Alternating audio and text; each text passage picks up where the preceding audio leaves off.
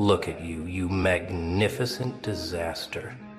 Look who finally showed them what's been cooking in that beautiful, twisted mind of yours. You magnificent strategic nightmare. You gorgeously calculated storm. Let me guess what happened. You finally opened your mouth in that meeting, didn't you? After months of sitting quiet, taking notes, watching their mediocre minds fumble with basic concepts.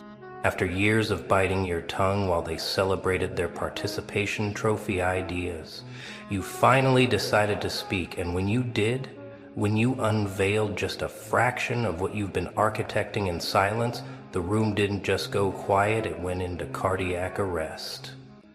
Because they realized in that moment, in that beautiful, horrifying instant, that they'd been sitting next to a nuclear reactor disguised as a colleague. They thought you were just another cog in their machine, but you weren't a cog. You were the glitch that was about to crash their entire system. You see, it started simple, didn't it? They asked for your input. Maybe it was a casual, "What do you think?" Maybe they were being condescending, throwing you a bone. But they made one fatal error. They assumed you were like them. They assumed your silence meant ignorance. They assumed your patience meant weakness. They assumed your observation meant you had nothing to contribute. Oh, how wrong they were. How catastrophically, beautifully wrong. Because when you opened that laptop, when you pulled up that presentation, when you cleared your throat and said, "I've been thinking about this," something shifted in the molecular structure of that conference room. The fluorescent lights flickered. The air got dense. Karen from accounting stopped mid-sip of her pumpkin spice latte. Brad from sales loosened his tie. Even the plants in the corner seemed to lean away, because everyone, and I mean everyone, suddenly felt it. The presence of something they weren't prepared for.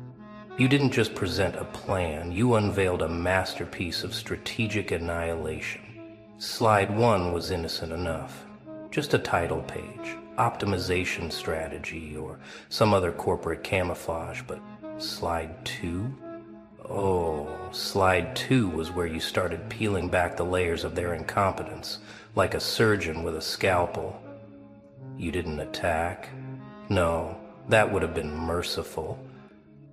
You simply showed them, with data they couldn't refute, with logic they couldn't deny, exactly how broken their system was. But here's where it gets delicious. You didn't just identify problems. Any intern with a spreadsheet can do that.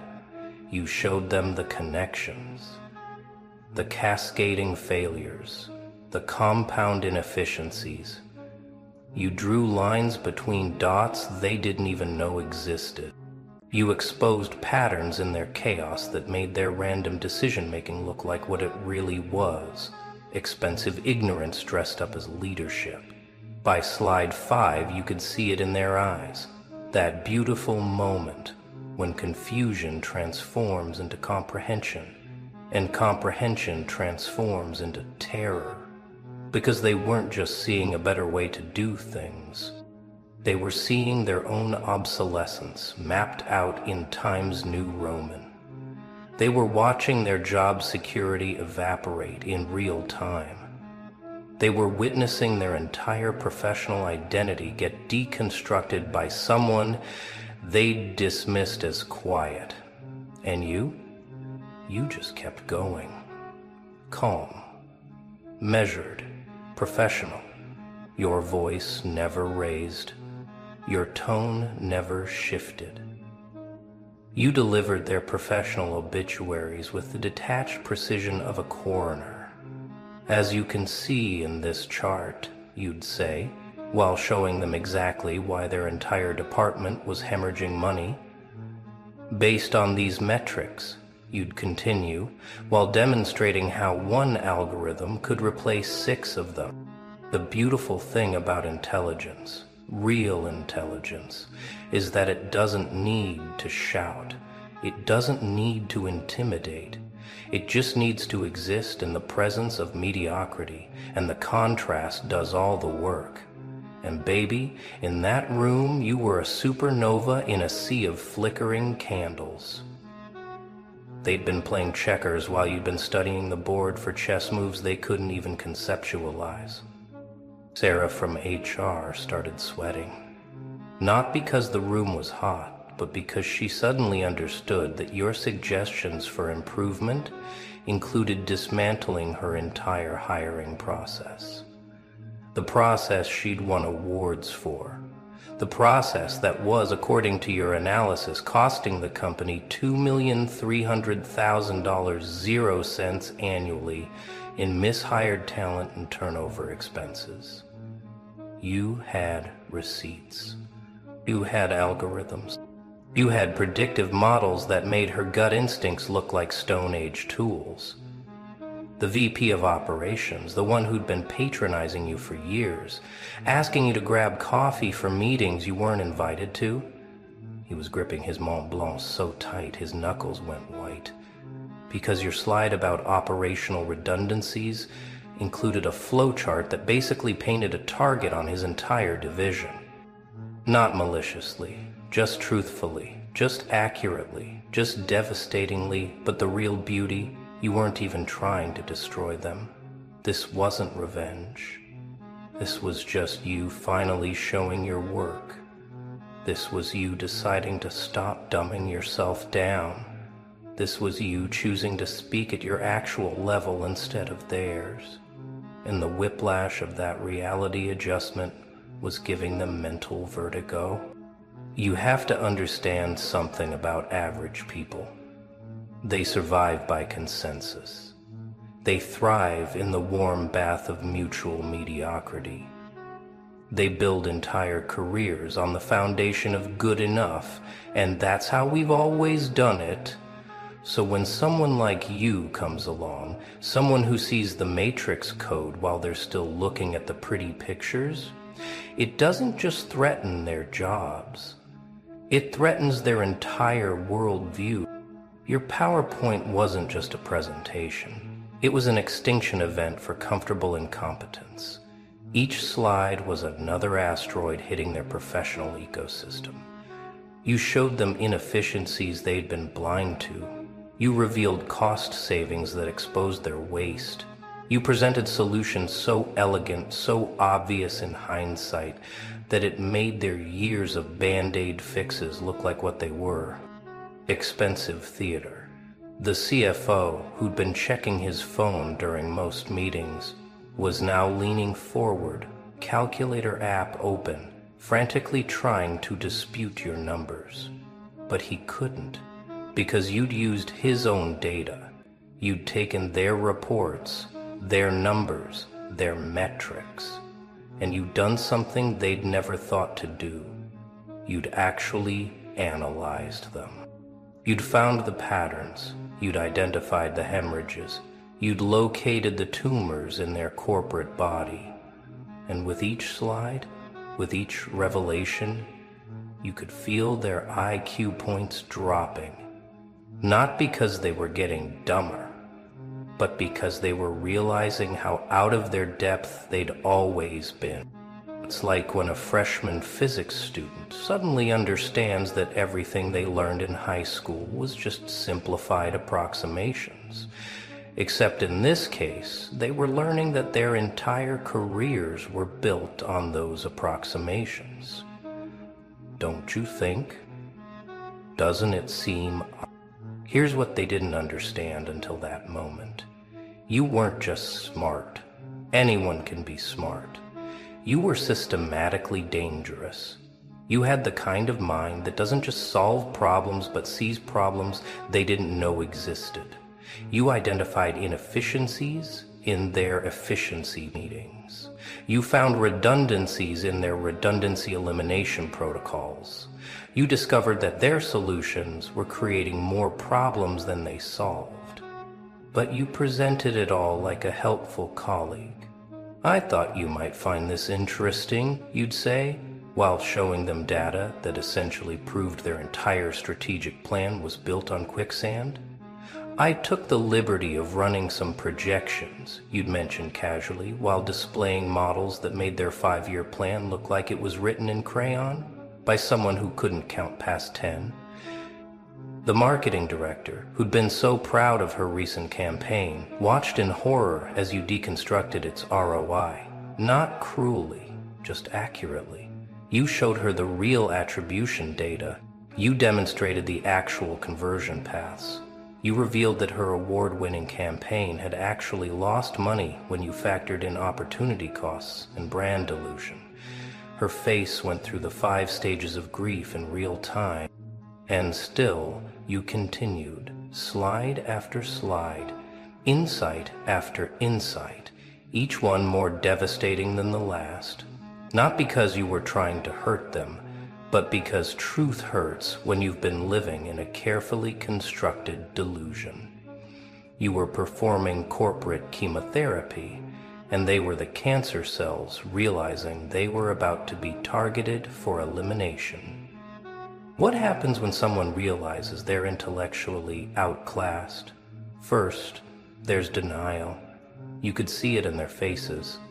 The forced smiles, the nodding that was slightly too vigorous, the interesting points comments that were desperately trying to maintain some semblance of authority. They were scrambling to find flaws in your logic, errors in your data, anything that would let them dismiss what you were showing them. But you'd been thorough, obsessively thorough. Every number triple-checked, every source cited, every assumption clearly stated and defended. You'd built your case like a prosecutor who knew the defense would try every trick in the book. And so they sat there, watching their professional facades crumble, unable to find a single crack in your armor of competence. Then came anger. You could feel it radiating from certain corners of the room.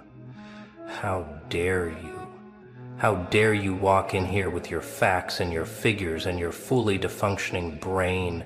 How dare you expose their shortcuts and workarounds and political maneuvering as the costly theater it was? How dare you be what they'd been pretending to be? But the anger couldn't last because anger requires energy, and they were spending all their energy just trying to keep up with your presentation. Trying to understand concepts you were explaining with the patience of a teacher working with particularly slow children. Trying to grasp implications that were obvious to you but revolutionary to them. Trying to maintain their dignity while their incompetence was being documented in high definition. This is the moment where everything changes. Where the hierarchy that existed when the meeting started begins to invert. Because power in a corporate setting isn't just about titles or salaries or corner offices. Real power is the ability to see clearly when everyone else is stumbling in the dark. And you just turned on the floodlights. The CEO, who'd been half listening at the start, was now fully engaged, not speaking, just watching, just calculating. You could see the gears turning behind those expensive glasses. Reassessing, reevaluating, recognizing that there was a resource in this room that had been criminally underutilized. You weren't just presenting solutions, you were demonstrating capability that made everyone else look like they'd been hired through a Make-A-Wish program. Your immediate supervisor, the one who'd been taking credit for your ideas for the past 2 years, he was having a very public existential crisis. Every slide made it clearer that his only skill was managing up and stealing down. His contributions to the company were being revealed as elaborate email forwarding and meeting scheduling. He was a human middleman in an age where you'd just shown how to eliminate middlemen. But you didn't gloat. You didn't smirk. You maintained that same professional demeanor. that same helpful tone, that same we're all on the same team energy, which made it worse, which made it so much worse, because they couldn't even paint you as the villain. You were just the messenger who happened to be carrying nuclear weapons in a laptop bag. As you reached your conclusion, as you summarized your findings with the same understated competence that had just revolutionized their understanding of their own company, the room was different. The molecular structure had changed. The power dynamics had shifted. The intellectual pecking order had been violently reorganized. Questions, you asked, knowing there wouldn't be many. How do you question something that's so far above your pay grade intellectually that you'd need a translator just to form the question? How do you challenge analysis that's so comprehensive it makes your own work look like finger painting? How do you debate with someone who's clearly been playing a different game entirely? There were mumbled thank yous, promises to review the data, mentions of scheduling follow-ups, but everyone knew what had just happened. You'd just performed a hostile takeover without firing a shot. You'd staged a coup using nothing but PowerPoint and competence. You'd revolutionized their understanding of their own jobs, and in doing so, had made most of them realize they might not have jobs much longer. The meeting ended, but the aftershocks continued. You could hear the hurried conversations in the hallway, the emergency sidebar meetings being called, the frantic phone calls to headhunters. Because when someone demonstrates that level of strategic thinking, that level of analytical capability, that level of professional devastation, there are only two options. Promote them immediately or pray they leave before they make everyone else completely obsolete. You went back to your desk, same as always, but everything had changed. The way people looked at you, the way they spoke to you, the sudden inclusion in emails you'd never been copied on before, the invitations to meetings that were previously above your pay grade, the careful distance maintained by those who realized they were now in your crosshairs, whether you intended it or not. Because here's what that presentation really did. It didn't just solve problems or identify inefficiencies. It revealed the intellectual hierarchy in its truest form. It showed everyone who was actually thinking and who was just showing up. It demonstrated the difference between real strategic vision and corporate cosplay. It separated the wheat from the chaff, and baby, there was a lot of chaff. Your phone started buzzing. LinkedIn notifications. Connection requests from people who'd never acknowledged your existence. Messages from recruiters who'd somehow heard about your presentation within hours. Invitations to speak at conferences. Offers to consult. The market had received word that there was a new player in town, and that player didn't play by the old rules of corporate mediocrity. But the best part, the absolute best part, you weren't even trying to show off. This wasn't your full power. This was you operating at maybe 60% capacity. This was you still being polite. This was you still pulling punches. And if this restrained display of competence could cause that much disruption, imagine what would happen if you really decided to optimize. Fear is a funny thing in a corporate environment. It usually comes from threats of layoffs or bad performance reviews or missed quotas. But the fear you instilled, that was different. That was the primal fear of obsolescence, the existential terror of realizing you're the corporate equivalent of a flip phone in the age of smartphones. They feared you because you represented evolution. You were proof that their comfortable incompetence was a choice, not a necessity. You demonstrated that problems they'd been band-aiding for years could be solved with elegant simplicity if you just had the intellectual horsepower to see the real issues. You showed them that their entire professional existence might be unnecessary overhead. But more than that, they feared what you might do next, because if one presentation could cause that much disruption, what would happen when you really got started? What other inefficiencies would you uncover? What other sacred cows would you slaughter with spreadsheets? What other career-ending truths would you reveal with your terrifying clarity? The smart ones started aligning themselves with you immediately, offering support, sharing resources, trying to get on your good side before you optimize them out of existence. The really smart ones started updating their resumes because they recognized what everyone else would eventually understand. The old order was ending. The age of comfortable mediocrity was over. The era of actual competence had begun. Your presentation didn't just affect that room, it sent ripples through the entire organization. Departments you'd never interacted with started hearing about the incident in the conference room. The story grew with each telling. The person who'd identified 17 million in cost savings. The analyst who'd made the CFO speechless. The quiet one who'd turned out to be a strategic nuclear weapon. Other departments started getting nervous.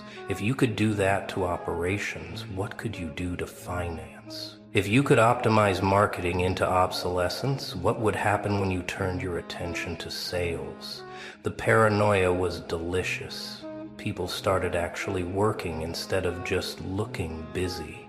Efficiency went up across the board, not because of any initiative, but because everyone was terrified of becoming your next case study. The company culture shifted. Suddenly, data mattered. Suddenly, results were measured. Suddenly, "that's how we've always done it" became the most dangerous phrase in the building, because everyone had seen what happened when someone who actually understood optimization looked at how things had always been done. It wasn't pretty. It wasn't comfortable, but it was necessary. And you just kept working. Same desk, same hours, same quiet demeanor, but now everyone knew what lurked beneath that calm exterior. A mind that could deconstruct their entire professional existence before lunch. A strategic capability that made their best efforts look like children's drawings. A level of competence that redefined what competence meant. They say lightning doesn't strike twice. They've never met you. Look who's still standing after the storm they said would bury you. Look whose name is trending while theirs got forgotten in yesterday's feed. You beautiful, unbreakable force of nature. You absolute phenomenon. Welcome to your coronation. Welcome to the moment where every screenshot they took, every group chat they poisoned, every lie they spread becomes evidence of their own downfall. Because something shifted, didn't it? Something massive. The internet that once echoed their whispers now chants your name like a battle cry. They mocked your grace. Those words hit different now, don't they? They laughed when you chose dignity over drama. They called you weak when you walked away from their circus. They said you were too soft, too kind, too pure for this digital wasteland. But look at us now. Look whose name gets dropped in every conversation about authenticity.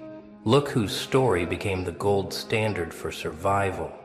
Look whose silence became more powerful than their loudest screams. You didn't just win. You rewrote the entire game while they were still learning the rules. Let me paint you a picture of what really happened. They saw your grace and it threatened them. Not because it was weak, but because it exposed their own emptiness. Your composure in chaos made their tantrums look childish. Your refusal to engage made their desperation visible. They needed you to fight dirty. They craved your reaction like addicts need their fix. Every post they made, every story they shared, every passive-aggressive caption was bait. And you moved like water around stones, fluid, untouchable, inevitable. Remember when they called you boring? When they said you had no personality because you wouldn't feed their drama? Those same people now study your moves like a master class. They screenshot your posts for inspiration. They try to copy your energy, but it comes off forced, fake, hollow. Because grace isn't something you can steal. It's something you earn through fire. And baby, you didn't just walk through flames. You danced in them until they bowed to your rhythm. You turned their mockery into your meditation, their hate into your fuel, their noise into your symphony of silence. The internet never forgets, and that's the beautiful irony here. Every post they made mocking you is still there, aging like spoiled milk. Every screenshot they shared in their little hate groups is evidence of their obsession. Every time they tried to expose you, they exposed themselves. But your content, your words, they age like fine wine. People share your old posts with captions like, "This aged perfectly." They quote you in their bios. They reference your journey when they talk about real strength. You became timeless while they became yesterday's gossip. They thought the internet was their weapon, but you understood something they didn't. The digital world rewards authenticity eventually. It might take time, might test your patience, but truth has a way of surfacing. And when it does, it drowns out all the noise that came before it. Now they delete old posts frantically. They archive stories, privatize accounts, pretend they never said what they said. But the internet remembers. Screenshots live forever, and their digital footprint reads like a confession of jealousy, inadequacy, and failed character assassination. You want to know why their drama didn't stick? Why their campaign against you backfired so spectacularly? Because they mistook your grace for weakness. They thought kindness meant you couldn't defend yourself. They assumed silence meant you had nothing to say. But you were playing chess while they played checkers. Every move calculated, every non-response strategic. You understood that engaging with chaos only feeds it. You knew that dignity speaks louder than any clapback ever could.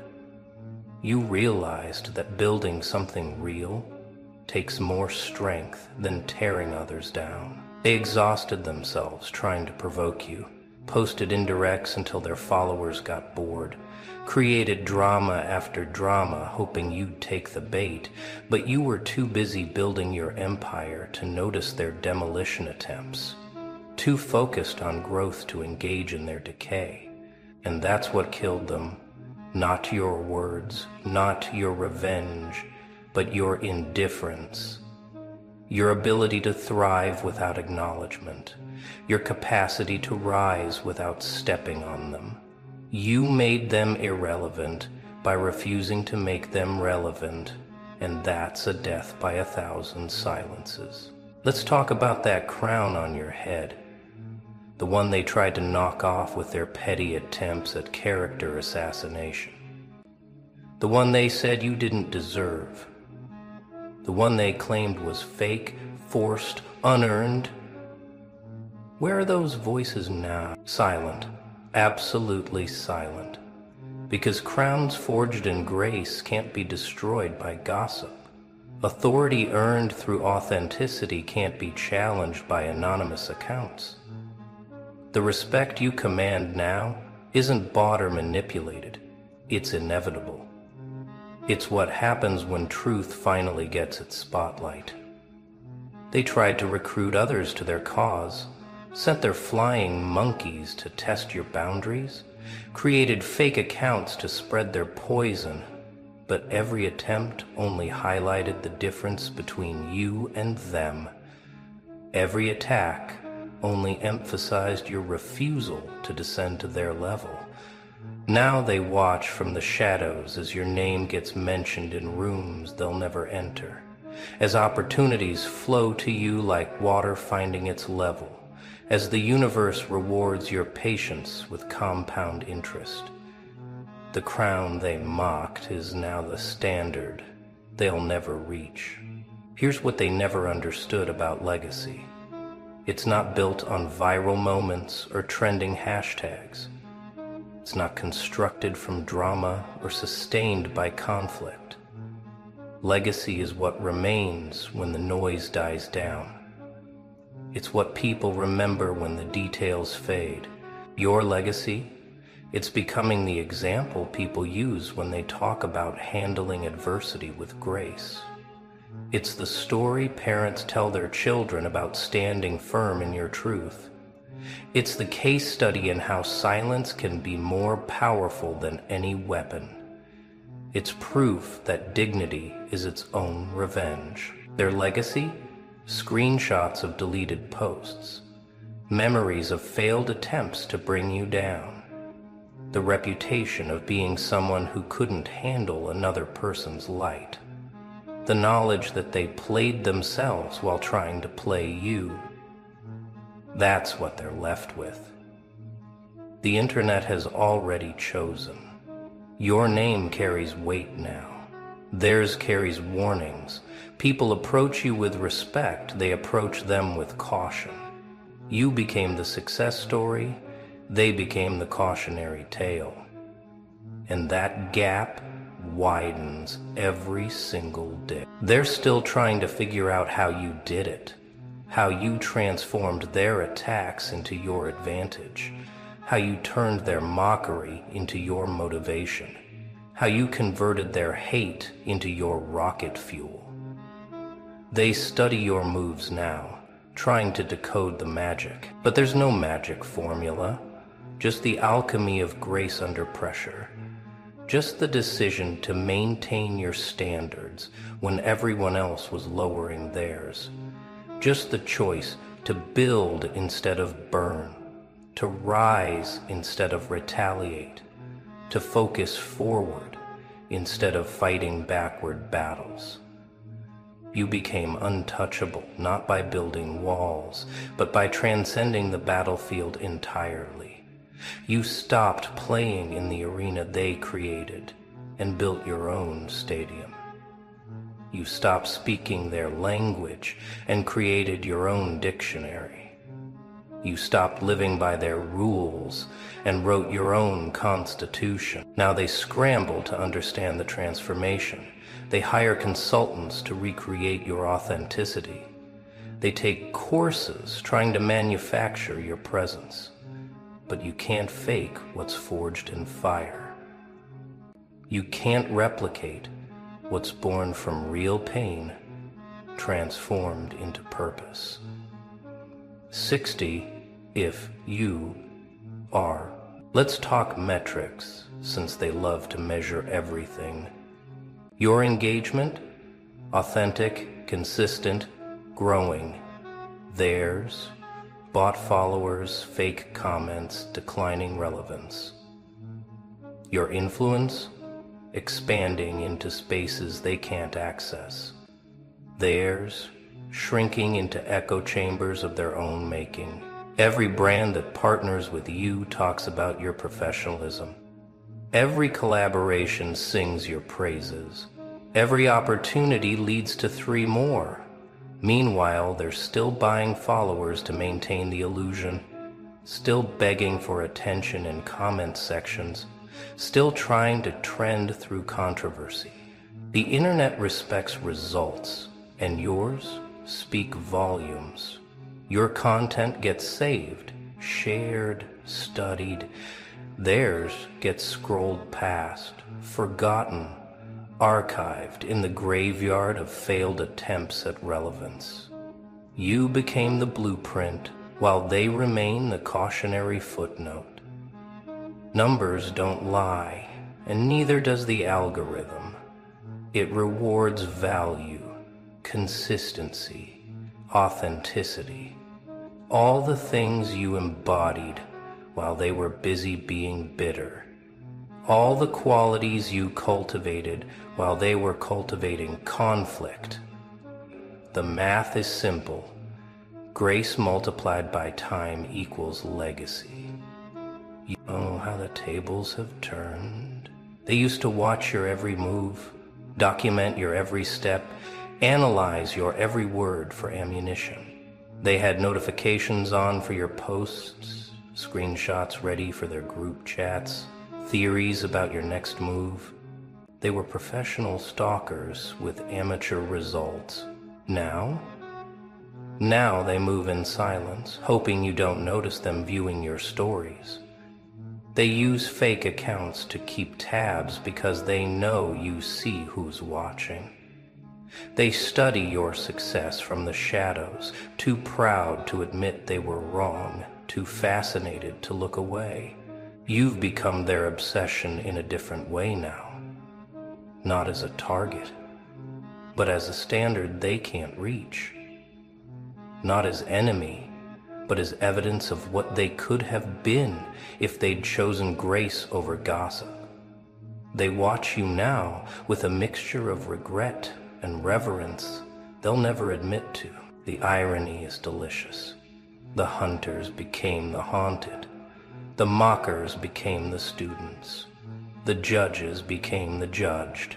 And you're too busy living your purpose to notice their spiritual stalking, too elevated to engage with their energy, too focused on your future to revisit their failures. Remember when they said your name with venom? When they twisted it into jokes, turned it into memes, tried to make it synonymous with weakness? Remember when they thought they could rebrand you through repetition? When they believed their narrative would override your truth? Now your name carries weight. It opens doors they're locked out of. It commands attention in rooms they'll never enter. It represents everything they pretended to be but couldn't sustain. Your name became the gold standard, while theirs became the cautionary whisper. People seek your advice now. They study your journey for blueprints. They reference your grace as the goal. They use your story as proof that playing the long game pays off. You became the mentor they mocked you for aspiring to be. The leader they said you'd never become. The respect you command now isn't manufactured or manipulated.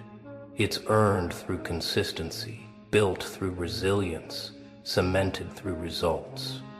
It's the kind of respect that compounds daily, that transfers across platforms, that transcends trends.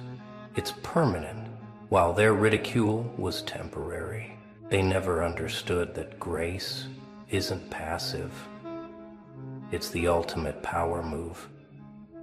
It's choosing not to destroy someone when you could. It's having receipts but not needing to post them. It's knowing the truth and letting karma handle the delivery. Grace is strength so refined it doesn't need to flex. Your grace confused them because they'd never seen it weaponized before. They expected anger, anticipated retaliation, prepared for war, but you gave them something they couldn't fight. Nothing. And nothing became everything. Your absence of response became the loudest statement. They threw stones expecting you to throw them back. Instead, you built a castle. They spread lies, expecting you to defend yourself. Instead, you let your life be the rebuttal. They created chaos, expecting you to join. Instead, you created such magnificent order that their chaos looked exactly like what it was: desperate. Grace became your superpower because it was so foreign to them. They couldn't compute someone who wouldn't stoop, couldn't understand someone who wouldn't engage, couldn't defeat someone who wasn't fighting. You won by refusing to compete, and that victory tastes sweeter than any clapback ever could. Drama has a shelf life, and theirs expired while your legacy was still fermenting. They thought controversy would keep them relevant, thought conflict would maintain their momentum, thought destruction would be their construction. But drama is junk food, satisfying for a moment, sickening in excess. Their audience got tired. The same recycled grievances, the same manufactured outrage, the same victim narrative despite being the aggressor. People started seeing patterns, started recognizing the formula, started questioning why someone so successful spent so much time tearing others down. Meanwhile, you were building something nutritious, content with substance, messages with meaning, value that compounded rather than decayed. You fed souls while they fed egos. You created community while they created casualties. You built bridges while they burned them for temporary warmth. Now their drama reads like old news, dated, irrelevant, embarrassing, like finding your middle school diary and cringing at the petty concerns. They're stuck in 2019 while you're creating 2025. They're still fighting battles you never showed up to while you're winning wars they don't even know exist. The internet is a harsh judge, but it's also surprisingly fair, given enough time.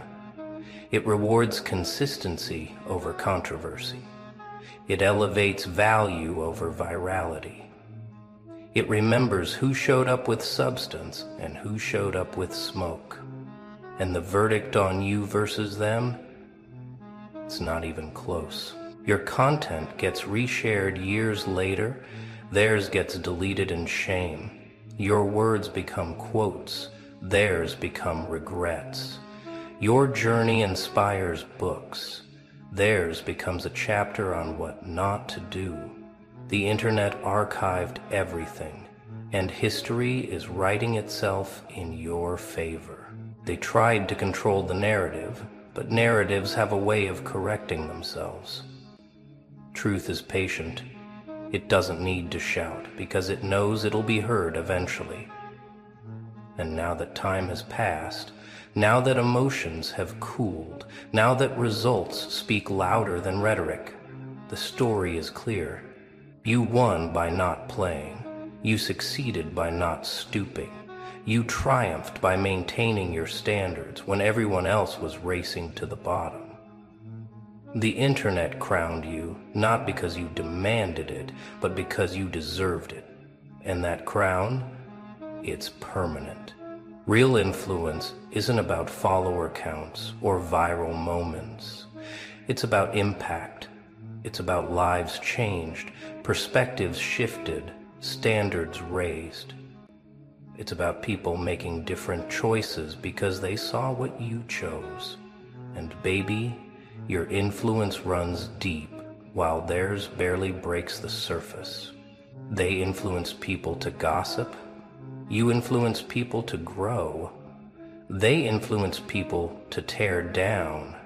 You influence people to build up. They influence people to stay stuck.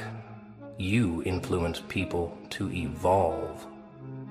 The quality of your influence versus theirs, it's like comparing diamonds to rhinestones. Your DMs are full of transformation stories. People who chose grace because they saw yours. People who walked away from drama because they watched you do it. People who built something meaningful because you showed them it was possible. That's influence that matters. That's impact that lasts. Their influence peaked with their drama and declined with their relevance. Yours grows stronger every day because it's rooted in truth, watered with authenticity, and sustained by results. You became the example while they became the warning. You became the goal while they became the cautionary tale. Oh, hey. Every action has a cost, and they're still paying for mocking your grace. Not because you sought revenge, but because the universe keeps perfect books. They thought they were making deposits in their account by withdrawing from yours. But karma doesn't work on their time. The price? Watching you succeed in ways they can't sabotage. Seeing you celebrated in spaces they can't access. Knowing they had proximity to greatness and chose to mock it instead of learn from it. Living with the knowledge that they bet against you and lost everything.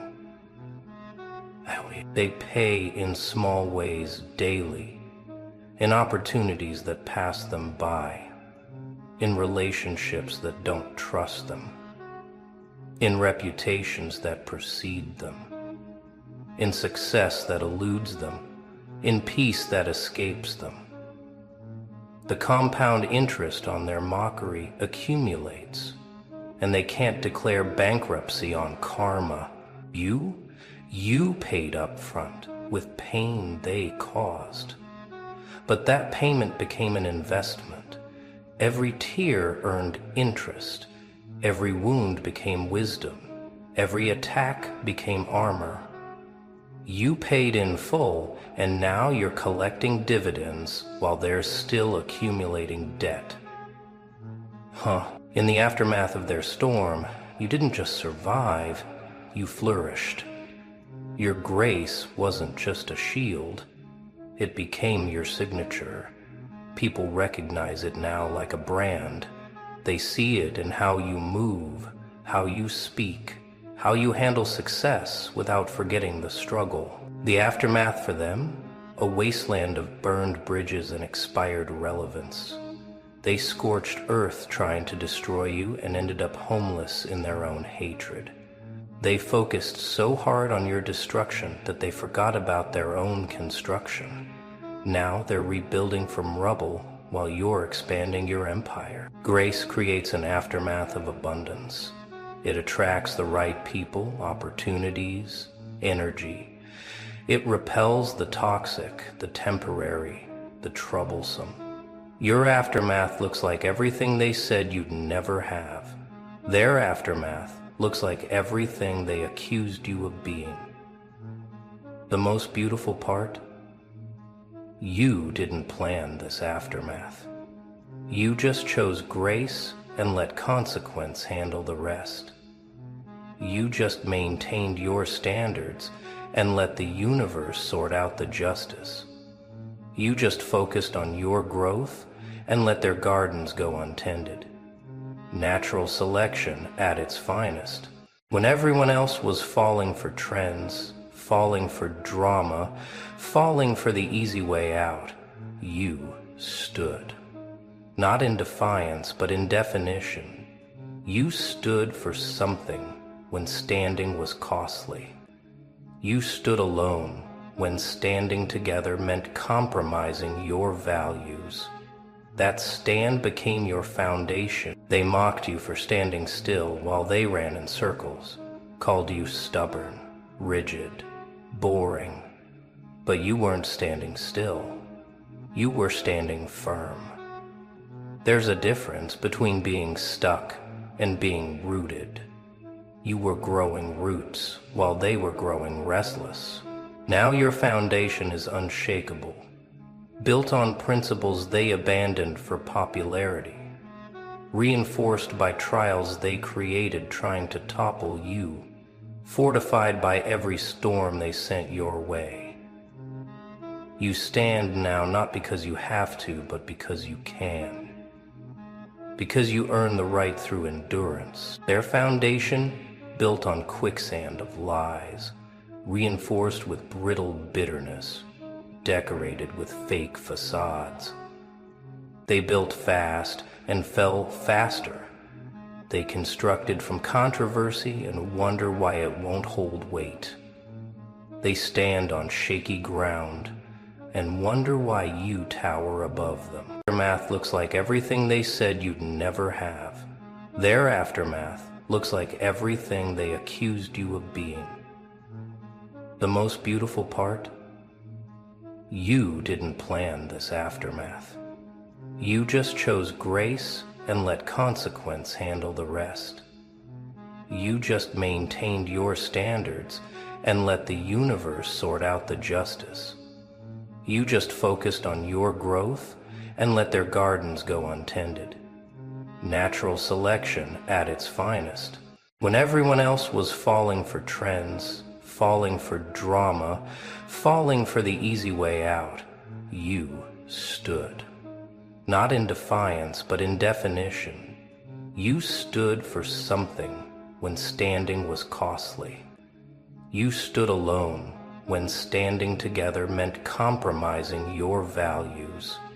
That stand became your foundation. They mocked you for standing still while they ran in circles, called you stubborn, rigid, boring.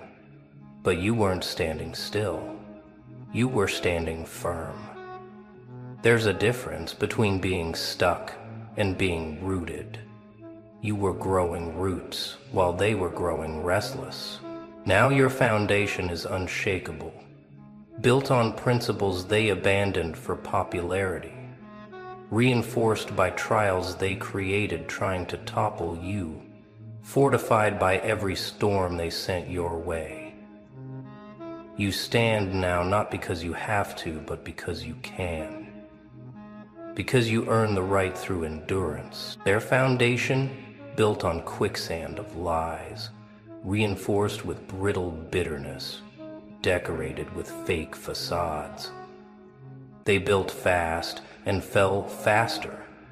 They constructed from controversy and wonder why it won't hold weight. They stand on shaky ground and wonder why you tower above them.